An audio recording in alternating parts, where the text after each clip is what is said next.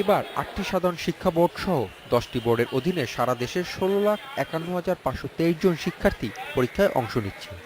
এর মধ্যে শুধু এসএসসি পরীক্ষার্থী ১৩,০৪,২৭৪ জন। সারা দেশে ৩,০০০-এরও বেশি কেন্দ্রে পরীক্ষা নেওয়া হচ্ছে। প্রথম দিনের পরীক্ষা শেষে অভিভাবকরা জানান এবার পরীক্ষার পরিবেশ ভালো। সেবা ভালো লাগতেছে, তেমন একটা অসুবিধা মনে হচ্ছে না। এখন বাকি দিনগুলি যেন ভালো থাকে, রাজনৈতিক কোনো কারণ যেন না আসে, হরতাল অবরোধ না হয়, সেটা আমাদের জন্য, বাচ্চাদের জন্য, দুজনের জন্য ভালো।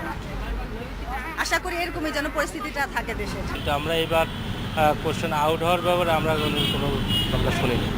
এবারই প্রথম এমসিকিউ পরীক্ষা আগে নেওয়া হচ্ছে। প্রশ্নপত্র তৈরি ও বিতরণের ক্ষেত্রে বেশ কিছু কৌশল অবলম্বন করা হয়েছে।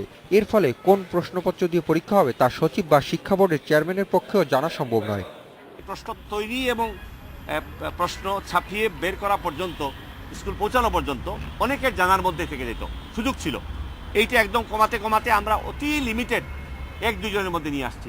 মন্ত্রী, সচিব কিংবা বোর্ডের চেয়ারম্যান কিংবা কন্ট্রোলার কারোর পক্ষেই সম্ভব না কি প্রশ্ন জানা। মন্ত্রী জানান পরীক্ষার 60 দিনের মধ্যে ফল ঘোষণা করা হবে। শিক্ষকরা প্রজ্ঞার সাথে পরীক্ষার উত্তরপত্র মূল্যায়ন করবেন বলেও আশা করেন তিনি। কোনো শিক্ষক বা কোনো কর্মকর্তা অতি উৎসাহী হয়ে এই ধরনের কোনো কথা বললে তার বিরুদ্ধে ব্যবস্থা নেওয়া হবে। কেউ এই ধরনের কথা বলতে পারবেন না। যা ন্যায্য পাওনা সেই নম্বরই দিবেন, বেশিও দিবেন না, কমও দিবেন না। আগামী বছর থেকে এসএসসি পরীক্ষায় এমসিকিউ নম্বর 10 কমানো হবে বলে জানান মন্ত্রী। তিনি বলেন ফেসবুকে ভুয়া প্রশ্নপত্র ছড়ানো হলে বিটিআরসি ব্যবস্থা নেবে। এবার বিদেশে 8টি কেন্দ্রে 404 জন শিক্ষার্থীও এসএসসি পরীক্ষায় অংশ নিচ্ছে। Asif Mahmud, independent news, Dhaka.